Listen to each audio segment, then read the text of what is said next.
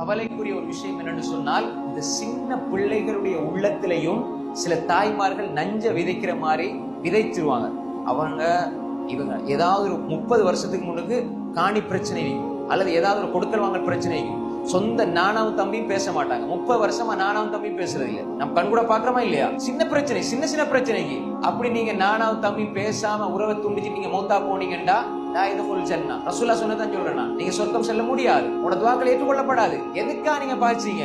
இந்த அற்ப துனியாவுக்காக, அற்ப நிலத்துக்காக. நீங்க மௌத்தான உங்களை கொண்டு ஆரடி அது இல்ல, அதுக்குள்ள கொண்டு அடக்கிட்டு வந்துருவாங்க. அதுதான் உங்களுக்கு சொந்தம். இதற்காகத்தானே சண்டை முடிச்சீங்க.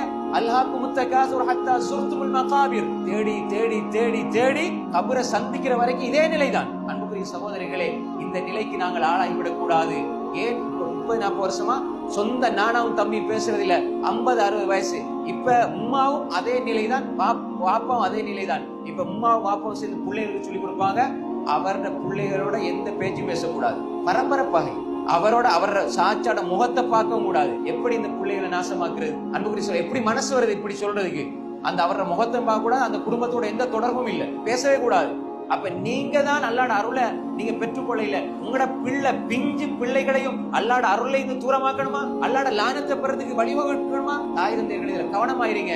குடும்ப உறவுகள் நாங்க பிரச்சனைப்பட்டாலும் சேர்ந்து விட வேண்டும் சகோதரர்களே. நாங்க எதற்காக நாங்க நினைச்சிட்டு இருப்போம், நாங்க பிரச்சனைப்பட்டுட்டோம், சரி இன்னும் கொஞ்ச நாள்ல சேருவோம், இன்னும் கொஞ்ச நாள்ல சேருவோம். அன்புக்குரிய சகோதரர்களை இப்படி நினைச்சிட்டு இருப்பீங்க. திடீரென்னு நீங்க ஒரு ஊர்ல இருப்பீங்க, நீங்க கொழும்புல இருப்பீங்க, தியார்ல இருப்பீங்க. சரி இந்த நோம்புக்கு போய் சந்திப்போம், இந்த பெருநாளைக்கு சந்திப்போம் நினைச்சிட்டு இருப்பீங்க. திடீரென்று வாட்ஸ்அப்ல ஒரு மெசேஜ் வரும், இன்னாருடைய மகள் இவர் மௌத்தாகி விட்டார். நம்ம நினைப்பாப்பதான் நாங்க இந்த பெருநாளைக்கு சந்திக்க இருந்தோமே, 5 நாளைக்கு முன்னுக்கு மௌத்தாகிட்டாங்களே. அன்புக்குரிய சகோதரர்களே, பகையோடு மரணித்தால் எப்படி அல்லாஹ் அருளை பெற்றுக்கொள்றது? பகையோட மரணிச்சால் எப்படி அல்லாஹ்வுடைய ரஹ்மத்தை பெற்றுக்கொள்றது? அன்புக்குரிய சகோதரர்களே, நாம் மிக கவனமாக இருக்கணும். குடும்ப உறவை பகைத்து கொண்டு நாம் அல்லாஹ்வை சந்திக்க முடியாதுன்னா நல்ல முறையில் அல்லாஹ்வோட திருப்தியோடு அவனை சந்திக்க முடியாது. எனவே அன்புக்குரிய சகோதரர்களே, இந்த விடயத்தில் நாம் கவனமாக இருக்க வேண்டும். கடைசியாக ஒரு விடயத்தை சொல்லி முடித்துக் கொள்கிறேன்.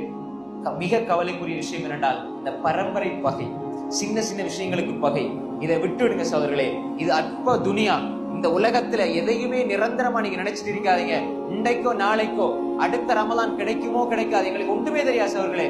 சில போல இந்த பெருநாள் கிடைக்குமான்னு தெரியாது, யாருக்கு என்ன வருது இப்ப ஒண்ணும் தெரியாது. திடீர்னு ஹார்ட் அட்டாக் மூத்தா போறாங்க.